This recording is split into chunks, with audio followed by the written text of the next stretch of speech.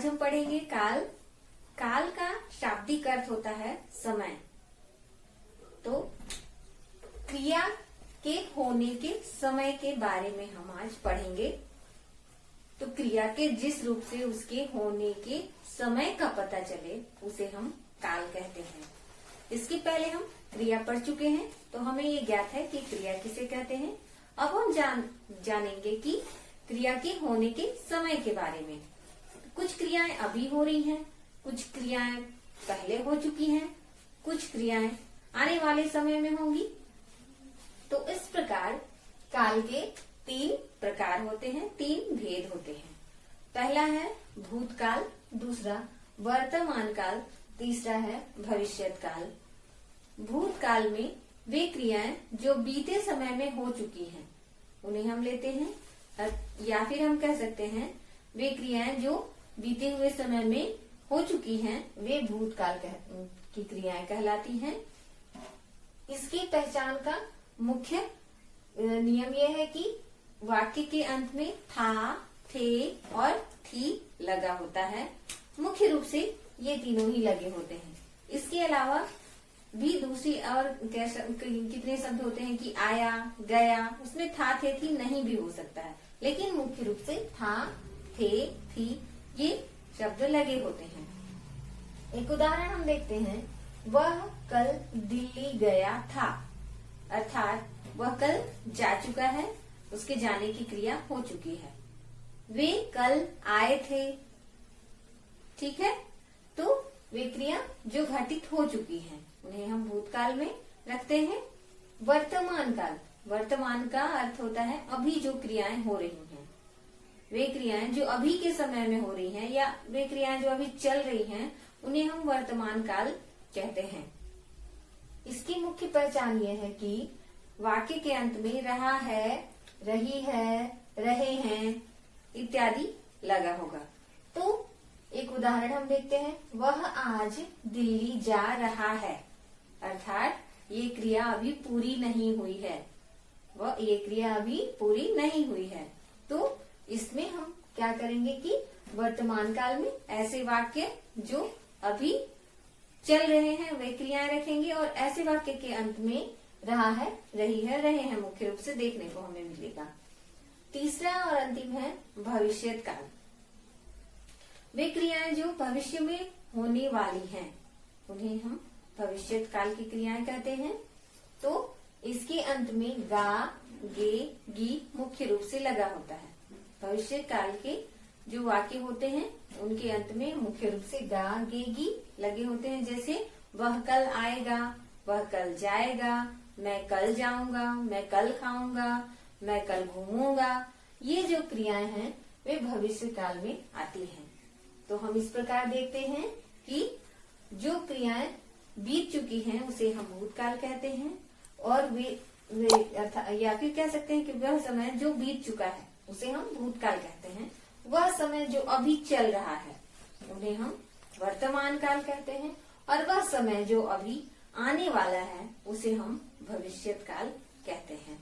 तो इस प्रकार हमने देखा काल। अगले आज हम पढ़ने जा रहे हैं भूतकाल, वर्तमान काल एवं भविष्यत काल के भेद।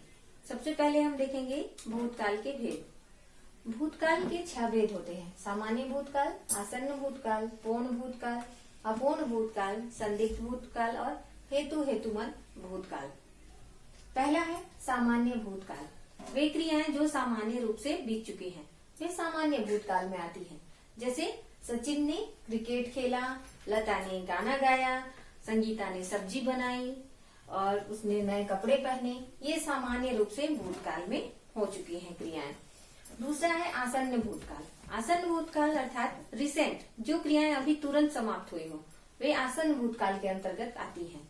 जैसे बच्चा अभी सोया, वह कार से आया है, पिताजी अभी आए हैं।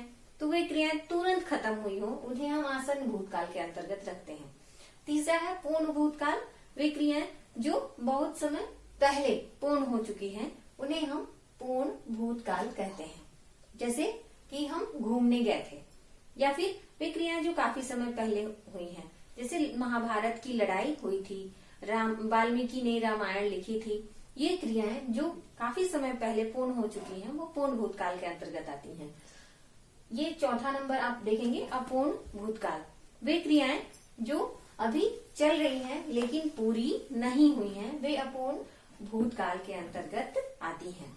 जैसे मोहित पढ़ रहा था, अर्थात उसने अभी पढ़ना बंद किया कि नहीं, पढ़ना खत्म किया कि नहीं, ये अभी पढ़ ही रहा था। ठीक है, तो ये अपूर्ण भूतकाल, अभी पूर्ण रूप से वो बीता नहीं है। पांचवा है संदिग्ध भूतकाल।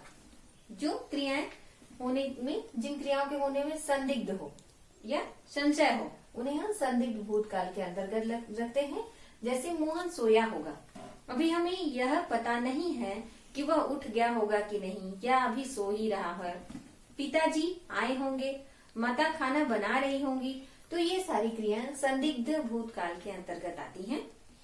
छठवां है हेतु हेतुमत भूतकाल, अर्थात क्रिया के होने का कारण, किसी भी क्रिया के होने का कारण होगा। जैसे यदि वर्षा होती तो फसल अच्छी होती, ऐसा हम कहते हैं कि यदि हम पढ़े होते तो पास हो गए होते, तो यहाँ पे कारण का उल्लेख होगा, वहाँ हेतु हेतुमत भूतकाल आता है।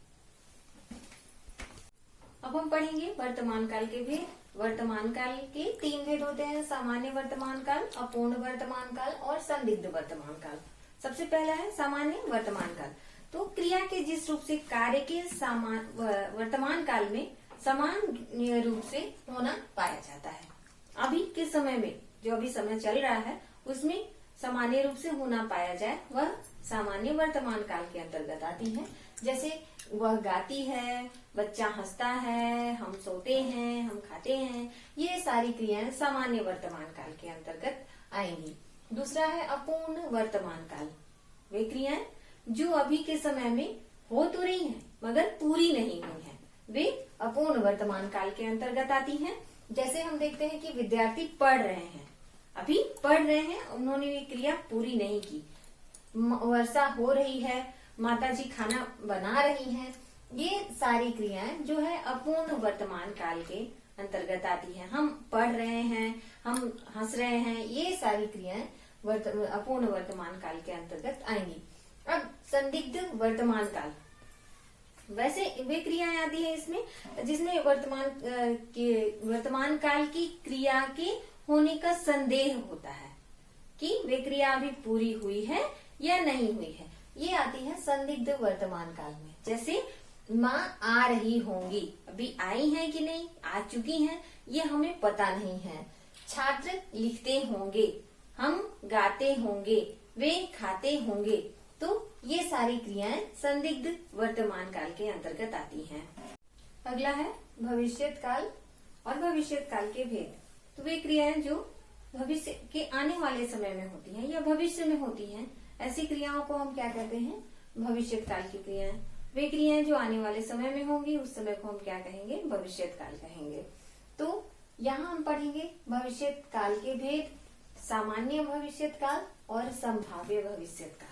सामान्य भविष्यत काल उसे कहते हैं तो वे क्रियाएं होती हैं जो सामान्य रूप से भविष्य में होने वाली होती हैं, उन्हें हम सामान्य भविष्यत काल कहते हैं।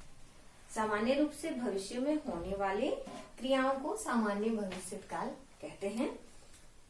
तो आने वाले समय में कार्य का सामान्य रूप से होने का बोध कराता है। आने वाले समय में कार्य के सामान्य रूप से होने का बोध कराने का कार्य क्या है, भविष्यत काल का है। इसका कुछ उदाहरण हम देखते हैं।